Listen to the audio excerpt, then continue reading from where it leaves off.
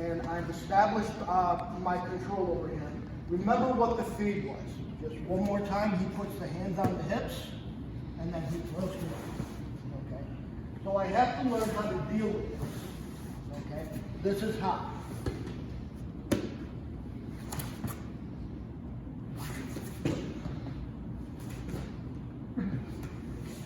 Now a little bit of explanation.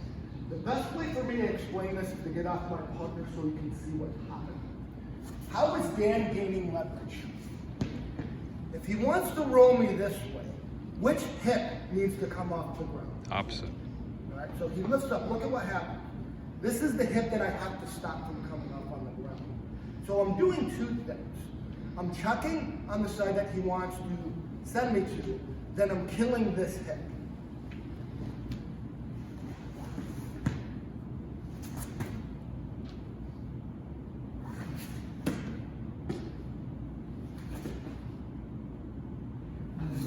So now a little bit with more detailed explanation so you saw what the problem is. So my bad guy, he points which way that he's going to send me. So when you're beginning to learn your skill is that you can adjust to this, okay? When we go to reflex withdrawal, that's when we move into where the bad guy picks your sequence. But he's gonna show us where we're going so we can learn, okay? So as he starts to push me this way, I'm hooking the head, and these bases come up on table leg. But back here I'm hooking, and I'm pushing my hip into that hip that's raising. And I'm dropping my head. When his hips start to lower, that's when I reestablish my hooks. Okay? He sends me here to the other side, the other table legs come up. Boom, hook the head, and now I'm hooking this head. When the hips start to go down, that's when I reestablish. Okay? So without a partner here, this is real easy to see. This is what you have to pay attention to what I'm doing with the hip that's raised. So I'm hovering here, he's throwing me this way.